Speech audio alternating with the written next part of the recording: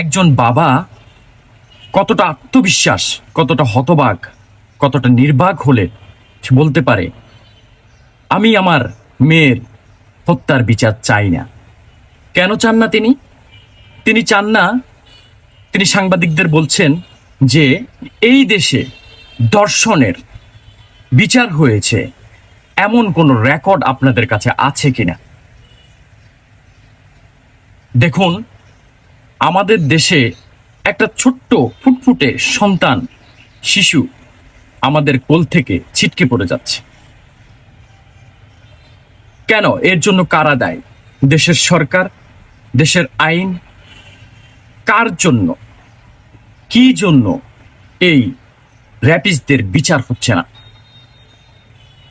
অনন্ত জলিল, যিনি বাংলাদেশ চলচ্চিত্রের একজন নায়ক, তিনি বলেছেন একজন বাবা ধর্ষণের বিচারের জন্য যে লয়ারের কাছে যায়, অন্যদিকে একজন র্যাপিস্ট সে সাক্ষ্য দিয়েছে যে আমি র্যাপ করছি, আমি হত্যা করছি। তারপরও বাংলাদেশের লয়াররা, বাংলাদেশের আইন বিভাগ থেকে তার পক্ষে, তার রায়ের পক্ষে তাকে নির্দোষ প্রমাণ করার জন্য তার পক্ষেও লয়ার দাঁড়ায়। যেখানে র্যাপিস্ট, ধর্ষণকারী নিজেই বলেছে যে আমি হত্যা করেছি, আমি ধর্ষণ করেছি, তাহলে তার পক্ষে কেন লয়ার দাঁড়াবে?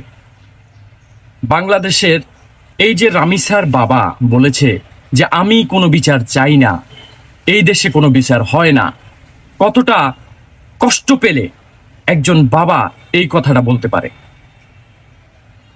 এই দেশে কি রামিসার আদৌ কি বিচার হবে?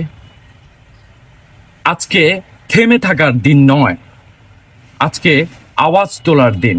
এদেশে যদি প্রকাশ্যে ধর্ষণের বিচার না হয়, তাহলে আপনারা যদি ধর্ষণের বিচার না করতে পারেন, তাহলে ধর্ষণ যারা করেছে, র্যাপিস্ট যারা, জনসম্মুখে জনগণের হাতে তুলে দেন, জনগণ এর বিচার করবে।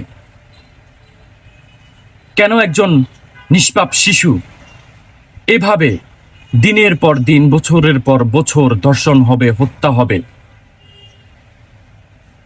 আমরা দেখতে পেরেছি যে এই দেশে কোনো হত্যার, কোনো র্যাপিস্টের বিচার হচ্ছে না। সেজন্য রামিসার বাবা খুব হতবাক মনে, কষ্ট নিয়ে বলতেছে যে আমি বিচার চাই না। এই কথাটি আজকে দেশের বিচার বিভাগ, আইন বিভাগ সবার মুখে চুনকালি লাগিয়ে দিয়ে